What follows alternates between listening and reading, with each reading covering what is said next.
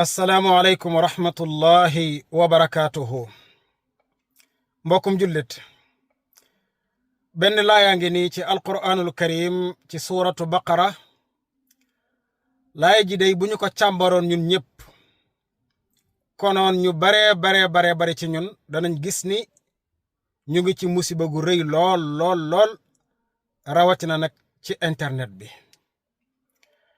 ngir ma agsi ci laaya ji damay cof benn histoire ba agsi ci laaya ji. histoire bu gudd la lool waaye nag dama koy cof rek ndax laaya ji laa soxla. daa am benn waay boo xam ne dafa rayoon ab goroom ci ay situation moo tax mu ray ko. bi mu ko rayee nag ngir nëbb ray gi mu dem ci benn dëkk sànni ko fa. ñu xëy suba histoire bi siiw am na ko dee ci dëkk bi. ku ko ray wax ji dama dem ba ni nañu leen dem ci yonent yàlla Muusa alayhi salaatu wassalaam ngir mu xamal ñu kan moo ray waa ji. ban demee ci yonent yàlla Muusa alayhi salaatu wassalaam nettali ko li xew ak nim demee moom mu ni leen yàlla seen borom kat nee na ngeen rey aw nag. loolu la leen tontu. kon laaya ji foofu la amee. kon ñu déglu ma jàng laaya ji te ñu tekki ko ndax loolu laa soxla. histoire bu gudd la nag lool waaye laaya ji laa soxla ngir ñu càmbar ko mbokki jullit yi. yàlla nee na wa id qaala muusa li qawmihi inna allaha ya'murukum an tadbaxu baqara qaalu atattaxiduna huzuwa qaala a'uudu billahi an akuna min aljahilin. yàlla def ni fàttalikul jamono ba nga xam ne yonent yàlla Muusa alayhi salaatu wassalaam nee na leen wax na gaaña ni leen yàlla seen borom nee na ngeen rey aw nag. xam nga histoire bi ñu ko nettali ak rey nag du benn. ñu ngi ñëw bëgg a xam kan moo rey sunu waa ji yow nga ne ñu yàlla nee na ngeen rey nag.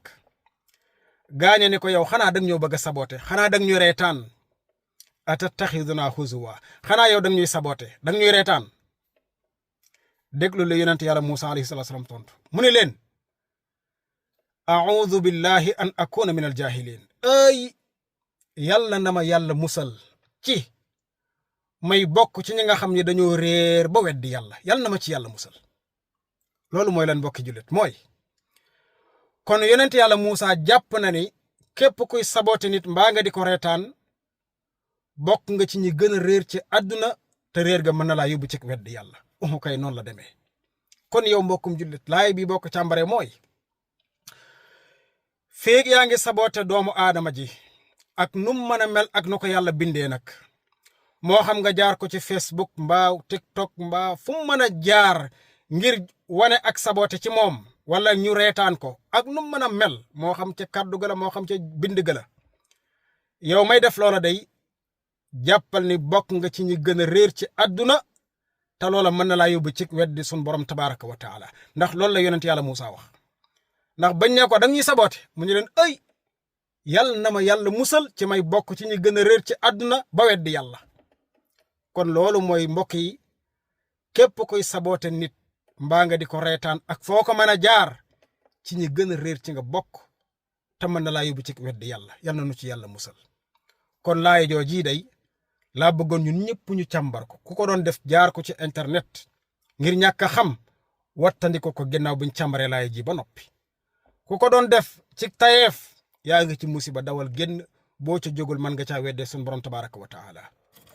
mbaa dégg nga ma mbokkum jullit yàlla nañu borom bi tabaraka wa taala dimbaleel boppam. wassalaamu aleykum wa rahmatullahi wa barakaatuhu.